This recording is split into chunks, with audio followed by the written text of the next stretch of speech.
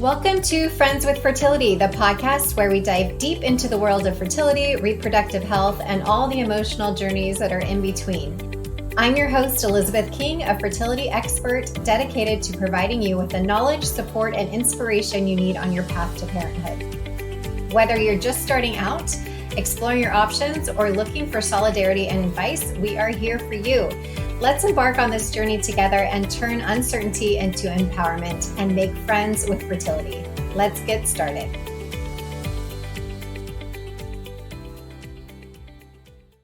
Hello, beautiful friends. Today we are going to be listening to a podcast I recorded with Diane Ducarme. She is the founder and CEO of Nectar Health and this amazing app called Migraine Heroes. I myself, after this podcast with her, became a client to get to the bottom of my gut health and headaches and the combination of the both. So she takes the blending of Eastern medicine and Western science and advanced technology to uncover the root of migraine disease. And from her studies on doing this and helping so many people, she realized that actually fertility and getting pregnant was a side effect from it, so to speak. So I hope that you listen and love this podcast. Let us know if you have any other questions, and I can't wait to hear what you think. Hey everyone, welcome back to Friends with Fertility. Today our friend is Diane Ducarme. She is going to talk to us today about fertility and migraines and the correlation with them. Welcome, Diane. Thanks for being here. With so much pleasure. Thank you for having me. So migraines is, I feel like, one of these areas that's such an enigma. People who have them are debilitated by them and can't function. People who don't have them don't understand what it's like to have it and kind of, not judge them, but it's really a concept that you can't get your head around. How do you have a headache that's so bad that you can't have the lights on or you're throwing up and things like that? So how did you get into this specialized field of studying migraines? So my sister was having migraines, one of my sister, and that year our uncle had died of a glioblastoma, which is a very violent form of brain tumor. And he was leaving 4 children behind. And my sister took me apart and said, for the last 3 years, I've had very, very strong migraines. And I've done a couple of MRI and CT scans, and they come out like there's nothing. But I'm pretty certain I might have, that same disease growing in me. And she was very, very anxious, having herself 3 children. It was quite a traumatic family event. And I said to her, look, I understand that you feel that way. I know someone who I think can help. And this someone was my Chinese doctor. I had lived for 5 years in Shanghai. And together, my sister and I, we wrote 3 pages of all of her symptoms for Dr. Zhang. And together we had an hour call with her. And Dr. Zhang advised my sister what to eat. And after 4 months, my sister no longer had migraines. This was 10 years ago. I didn't think much of it because at the time I was in the second category of people, the way you describe the ones who can't really relate to the pain. I think the reason why I was listening harder that day is because of my uncle. But then fast forward in 2019, my neighbor here in New Zealand said the same. My neighbor was from New York, and she said, Diane, I've had a really confrontational conversation with my dad. After 7 years of migraines, he advised that I have injections in my brain for a lifetime. And I said, what? Don't do that. That doesn't sound very reasonable. Surely no one does that. Turns out it's very, very common, but I didn't know. And I think ignorance here was key. And I said to her, I've managed to help my sister through someone in China. Do you mind if I ask you a bunch of questions and recommend you foods? And she liked that idea a lot. And after 4 months, she also no longer had migraines, except this time she was the daughter of a neurologist. Amazing. Okay, so that's a very good reason. I'm glad I asked because I feel like when people choose to dive deep into something, there's usually some correlation that is personal to them. So thank you for sharing that. Now, fast forward to what you're doing today. Tell our audience about that. What is it that you're doing? Are you with migraines and helping people? So I've basically created, I'm very geeky, I've created an AI to read why do you have migraines based on about 100 questions.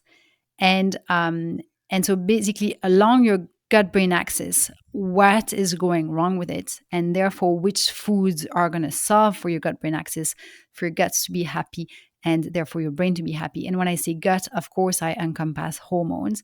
And what I've realized by doing that, which was really, really bizarre, is I started to have to warn people for fertility. And so I said, very careful, moving forward, your fertility has massively increased. And people would reply to me, I cannot have children. This is not a problem for me. And I said, no, no, no, no, no, no, no, no, no, no, no, no. This is not you. You were having a delayed fertility issue or sort of very imbalances inside of your body that are now fixed. Therefore, your fertility has massively increased. I need you to rethink or think about contraception. And it was so serious that I started to put it in my newsletters as people would make progress. Newsletter number 16 would be careful moving forward. You start to be very, very Warning label. fertile. Um, and then I started to have people asking me to help them become fertile. And I thought, sure, like if you have migraines and fertility delayed, um, absolutely. And we were having just a massive track record of success. And so we started to talk more about that. So first, I want to go back to the gut. You said it's on a gut axis. Did I understand you correctly? So Mhm. what is the gut and the migraines? What's the correlation there? Yes. So in the last 15 years in the West, we have been able to establish the fact that your brain, of course, gives instruction to your gut, but your gut also gives instruction to your brain. So you're basically able to access your brain through what you ingest, through what you eat.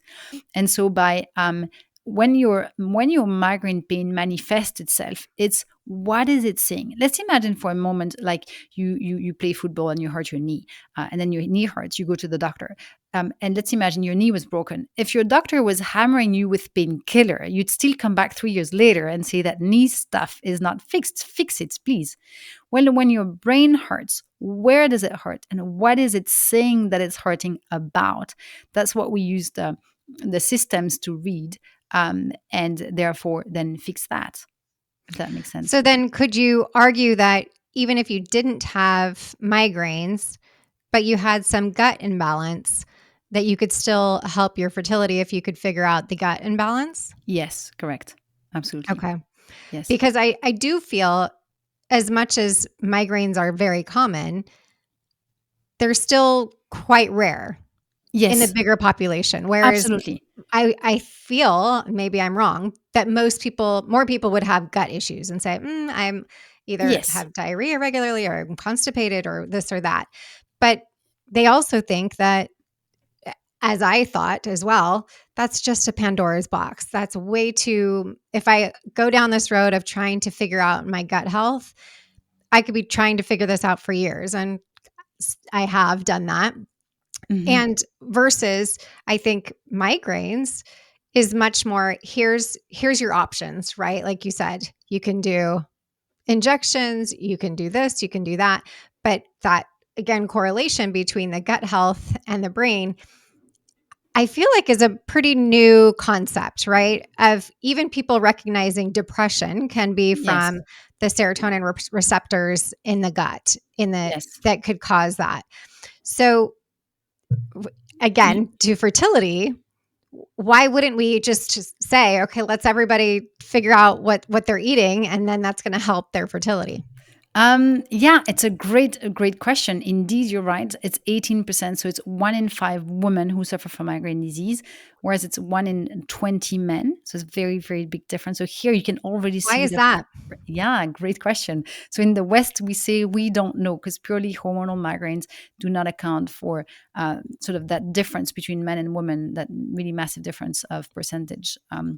Of incidence of migraine. But the answer is that the female body is a lot more sophisticated system. If you think in reproduction, right? A man, and you compare a man and a woman to two factories, the woman as a factory is going to produce a child, okay? So 2 eyes, a brain, a set of bones, Fingernails, fingernails, hair, the whole thing. Whereas right? a Teeth. man is going to provide sperm. It's really important, but in terms of sophistication of cells, it's quite not so sophisticated. And so if you had to compare two factories, you'd say the woman produces cars and men produces envelope. It's a very different system. And so if the brain is the dashboard of the system, then the dashboard of the female brain is a lot more sophisticated. And so it is no surprise that the incidence of migraines is going to triple to quadruple for women at puberty. So when the woman starts to enter those fertility years, the incidence rate is going to drastically increase. So it goes from 5% to 18 to 22% of And the how do we population. define migraine? I guess let's ask that question too, because I think a lot of people have hormonal headaches. Mhm. But where does a headache then turn into a Yeah. migraine? So a migraine is a full body experience that can last anywhere from 3 to 4 hours up to 3 to 4 days on paper. In practice, it can start one day and sort of never finish. And a migraine comes with it's a full body sensation. So it can, but not always, involve head pain. And it will be accompanied by symptoms such as nausea, vomiting, throbbing pain. It can have trembling sensations, numbness in the arms or legs, aura, or seeing dots, spots, prisms, flashlights in the eyes. And so, yeah, and a sensitivity to smell and sensitivity to sounds that is completely exacerbated. Okay, thank you for defining that. And with the machine of the woman or the whatever is that I can't remember how you Yes, just referred to it. Is that because we are expected to do more, make more, et cetera, and therefore have more migraines, is the diagnosis for that pretty similar and or the remedy for that pretty similar for most women when you say with your neighbor and your sister, let me do this test and then we'll change your food. Are those foods that are changing the same for everybody or are they different based it's on It's the very it's questions? it's it's very different. It's very different. Let's imagine a woman who has gone through a lot of IVF, yeah, and she's trying to become pregnant, and her fertility is not fully kicking in. It is very possible that this woman just has a few blood clots or cysts or fibroids or unwanted tissues inside of her uterus.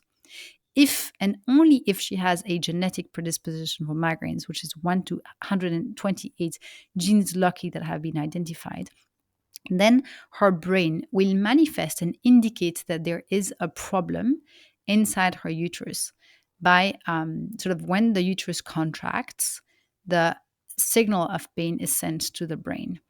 And that way, I know as a practitioner that there's probably blood clots or unwanted tissue or cyst or fibroids in her uterus. And we remove that, just adding foods.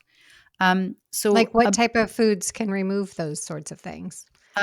there's a myriad, and depends a little bit on what the person has.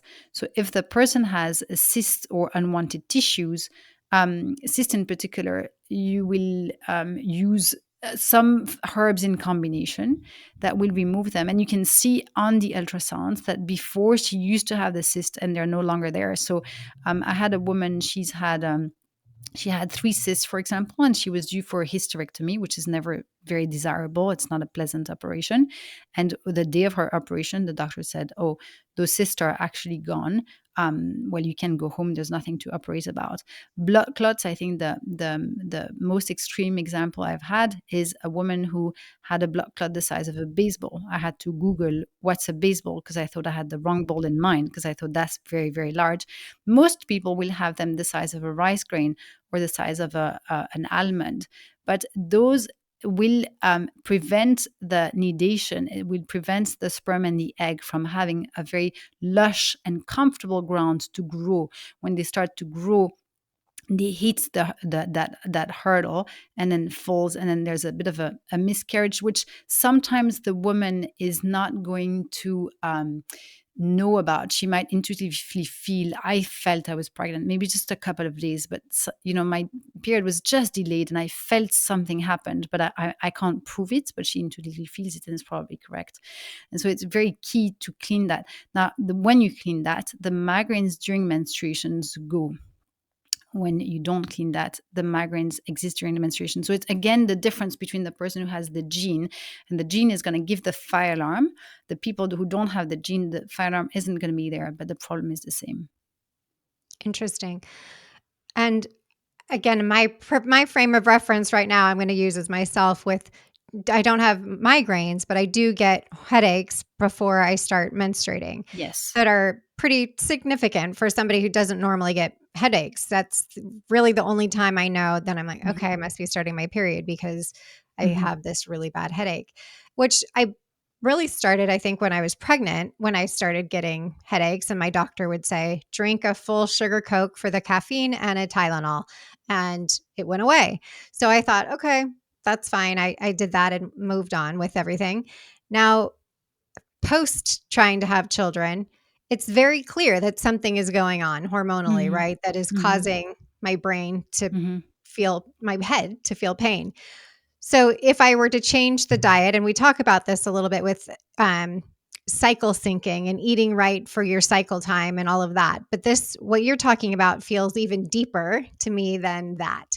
Mhm. So, how would we kind of start to dig into okay, it may not be a full migraine, but it's something signaling to the brain that something is off, in my Yeah. opinion, right? Like any Mhm. sort of pain that your body is signaling during the time of your cycle to me means your hormones are off. Something is not balancing the way that it should be.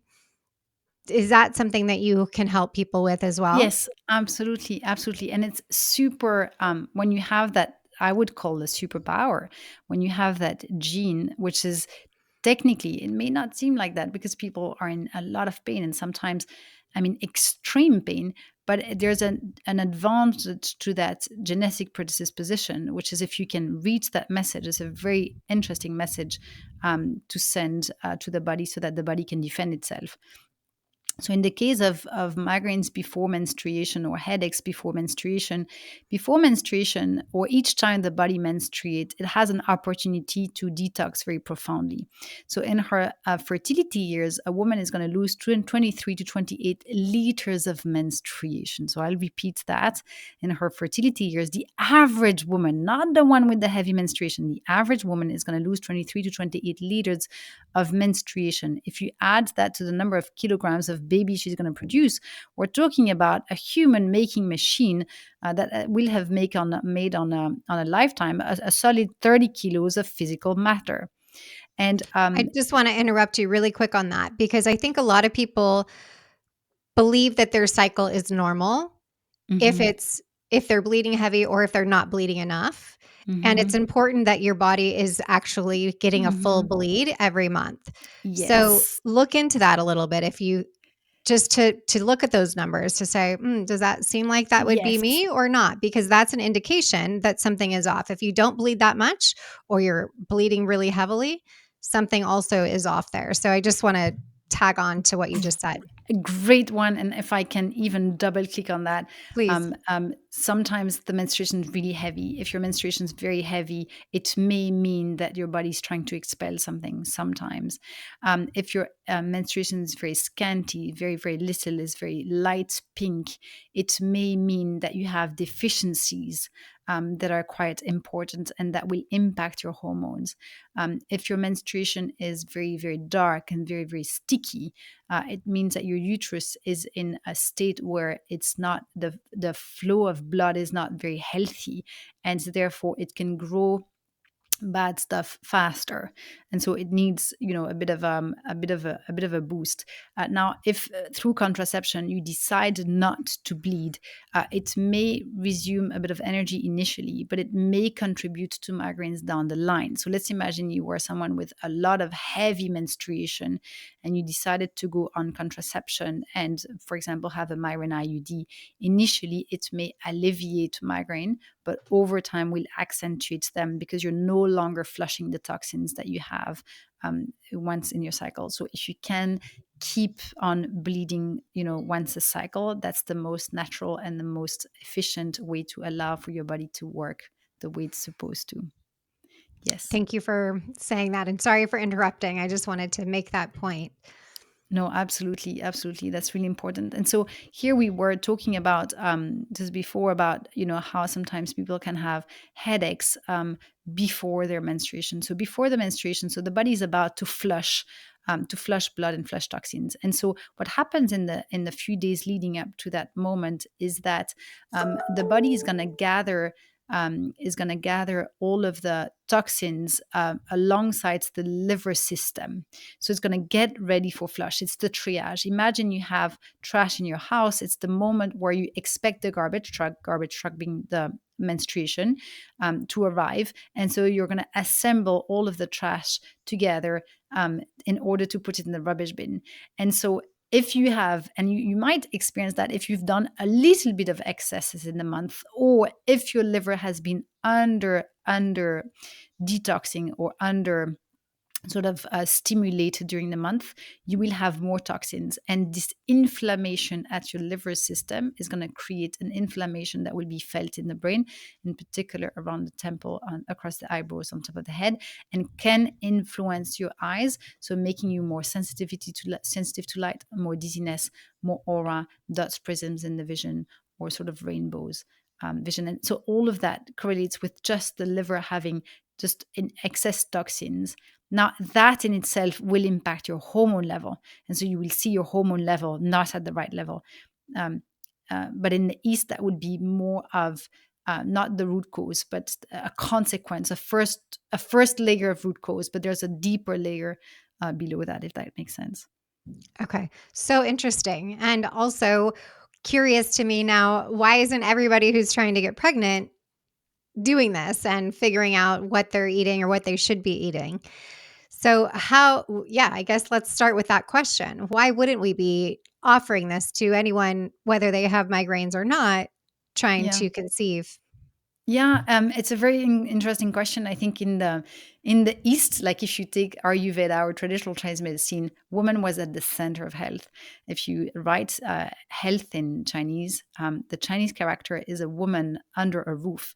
And it's because all of the centricity of health was not around the men, who we can prove more easily scientifically, but around the woman, because she's in charge of reproducing society.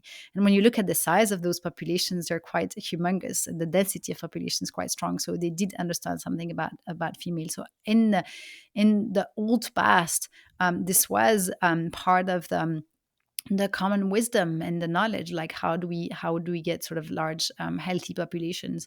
I think in the West, over the years, we've maybe slightly disconnected ourselves from our cycle, disconnected ourselves from our inner fertility, start to suppress menstruation with contraception, and sort of led very modern lives where we're just a bit disconnected from our own sensations and our own intuition, that sometimes are also um, um, negated and gaslit by professionals. So you can go to the doctor and say, I feel it's my migraine IUD giving me migraine. And the doctor might say, I don't think it is.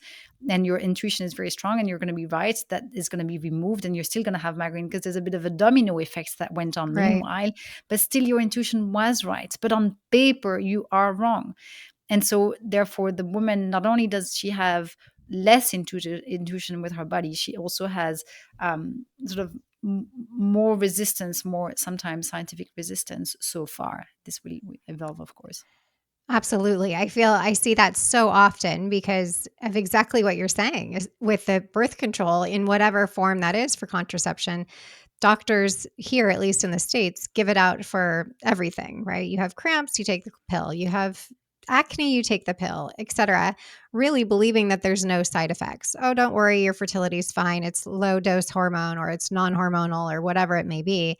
And my argument to that is it's disrupting your reproductive system, period. No matter Absolutely. how you're trying to do that, whether it's hormonal or not, you're still signaling to your body, don't do what it's meant to be doing. And then Yes. you're going to want to have the expectation later down the line that it just switches back on like with no problem. And I just find that really infuriating when moms of teenage girls are, what do you recommend for birth control for my child? And I'm like, I don't. I can't believe that people would be saying that now with all that we Yes. know.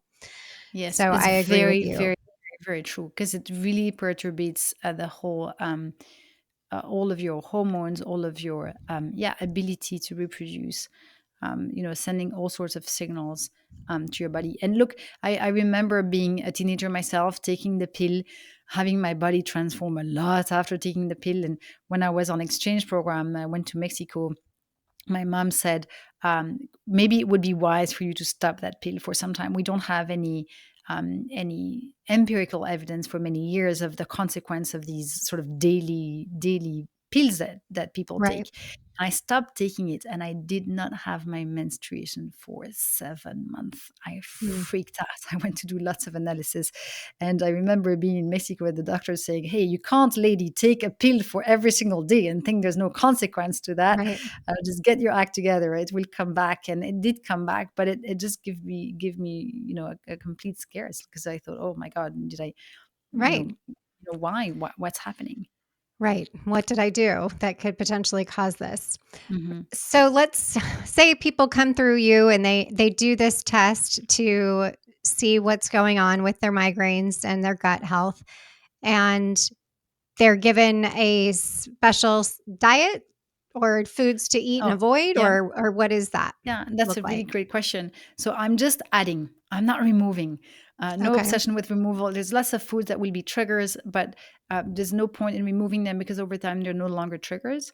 And so I just add, and I don't take over the diet. I just add a couple of foods a day, every single day, in a very transparent way. So I might say, okay, in this selection, we're going to stimulate this system. And these are all of the symptoms that are going to disappear with it. And in that list, we're going to, tackle that system. And so that will have a massive influence on menstruation. I remember vividly a woman in Belgium. She had had 4 IVFs, and the doctors were about to give her a fifth one. And she also had migraines. And her friend had said, "Oh, go and see Diane for your migraines." And I said, "Are you coming for fertility, right?" She's like, "No, for my migraines." I'm like, "Oh, well, you can do two birds, one stone." And I said, "But first of all, your body's really tired. Why another IVF? Just give it a rest." And we resetted her body. And one day she sent me a message inside the app. There's a chat in the Migraine Heroes app. And she says, "Wow, Diane, I have this glorious, beautiful, red, flush, no clots menstruation with no PMS, no cramps, no migraine, no clots. Like, I've never experienced this. Oh my God, that's how it was supposed to be all along." And I said to her, "Well, now you're fertile. Go ahead and try to be pregnant." And she was pregnant that month. I think Amazing. sometimes people feel, yes, it's a statistic. Statistically, I can be pregnant, for 16% a month. Yeah. Of chance. But the Right. reality is, when the body aligns, meaning when my hair is beautiful and my skin is hydrated and my voice is strong and I'm not anxious for everything and I digest properly, I have bowel movements. So I go to the bathroom once a day and I have a good bowel movement. I don't have diarrhea. I don't have constipation. I don't feel bloated. I have a beautiful menstruation. I have no acne. I have a clear mind. I'm not feeling dizzy. I'm not feeling foggy.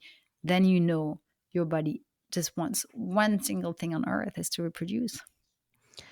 As it is meant to be, right? And I Exactly. think that that's where we say going back to nature and what that your body is meant to do. And sometimes there's just roadblocks in the way preventing that.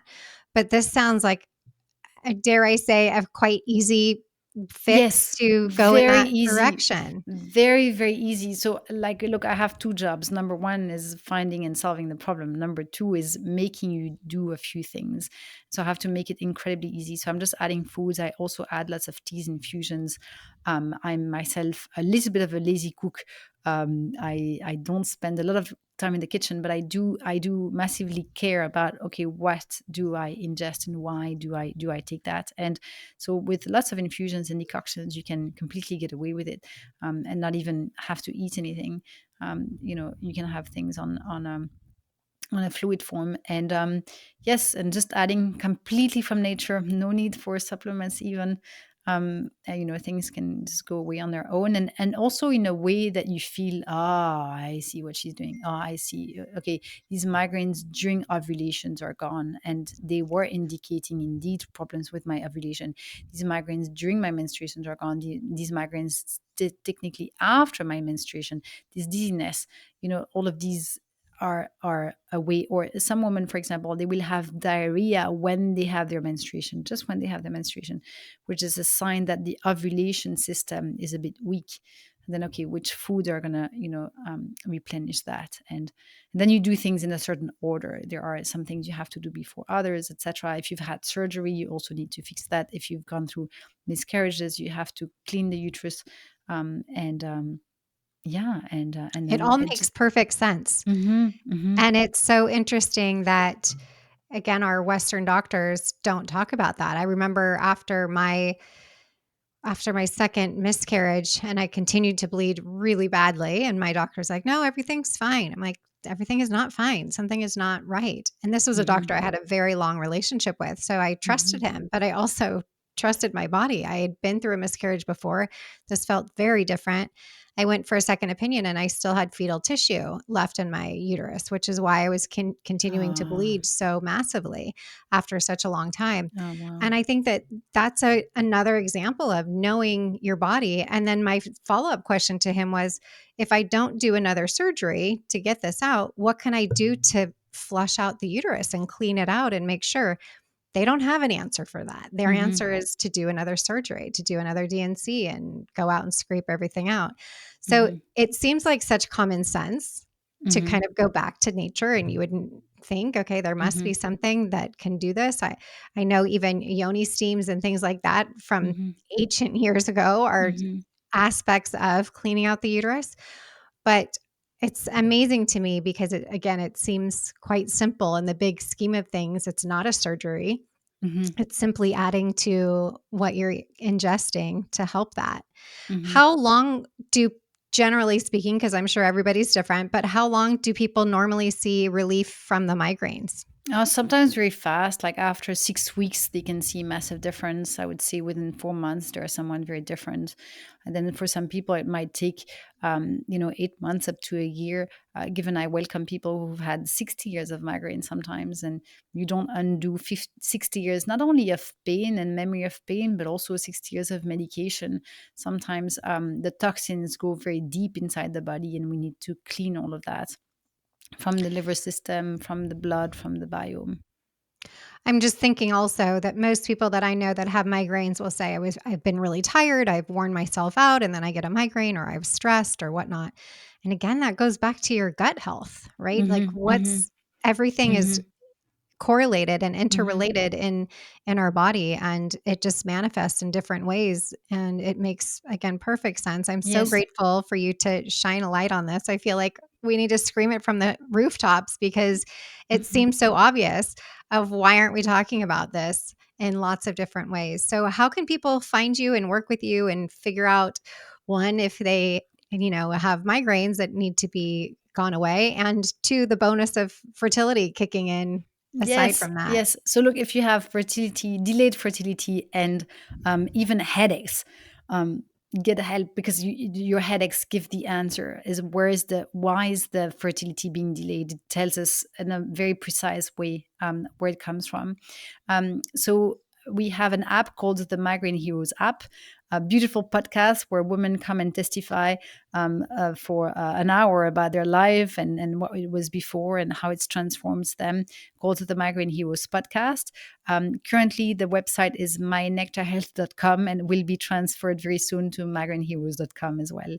And so you can take the test there, and then we meet. Meeting is like really 90 minutes where I explain to you all of what's going on inside your body. It's only $30 US, and that really allows. I think the first step when you have migraine is really to understand what is going on, and when I have these beautiful conversations with these men and women and children, and there's a big moment of relief. A lot of them sometimes also cry because they say, wow, for 50 years I've been looking for answers, and I am sure. I It's a understand. I very, finally very understand what happened. stressful situation for people Yes. that suffer Yes. from migraines. So Yeah. I Yeah. I imagine that it's mind blowing and life-changing mind to blowing. And you're very true. And it creates, there's a sense of sweetness and a sense of bitterness. The sweetness comes from, oh my God, I feel different. I am different. My friends tell me I've lost weight, my skin's better, etc.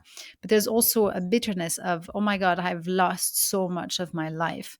And right. therefore that bittersweet is really comes quite alive in the Migraine Heroes podcast, where people say, look, I didn't wish that on anyone, not on my enemy. And so I wish more people can trust this is actually feasible, because the narrative is that it's a neurological disorder, that a fifth of women have sort of, for the wrong reasons, unexplained pain in their brain, and that the only way out is to mute it with medication. And that narrative will need to change. If you read scientific paper, you'll find a lot on the gut-brain axis, and saying, well, wait a minute, is that a neurological disorder? Is that really a coincidence? If it's a fifth of women and it's genetic, does that even make sense?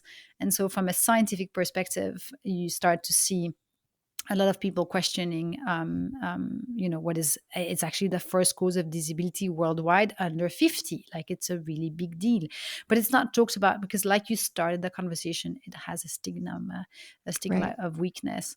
And because people who don't suffer from them don't understand them, it can be a very deaf dialogue for years and decades with your friends and your family if they don't truly understand what we're talking And about. I'm sure it's one of those situations that once you're on the other side of it, you probably don't even realize how bad it was until you feel better, right? It's And you so true. recognize, "Oh my gosh, It's so true.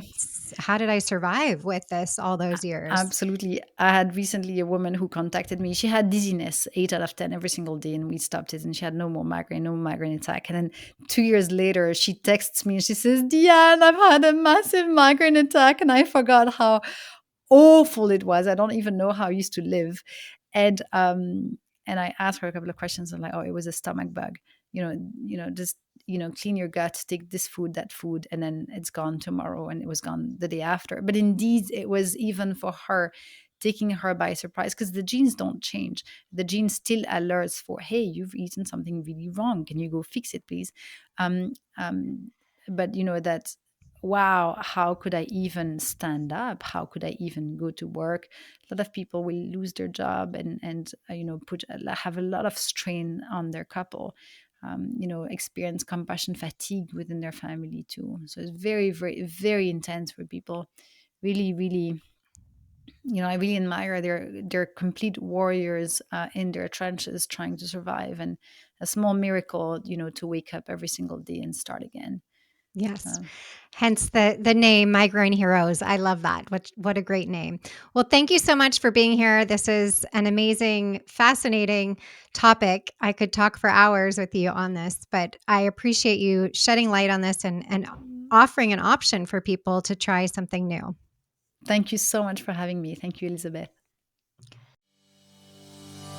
Thank you for joining us on this episode of Friends with Fertility. We hope that you found the stories, insights, and tips as inspiring and informative as we did. Remember, you are not alone on this journey.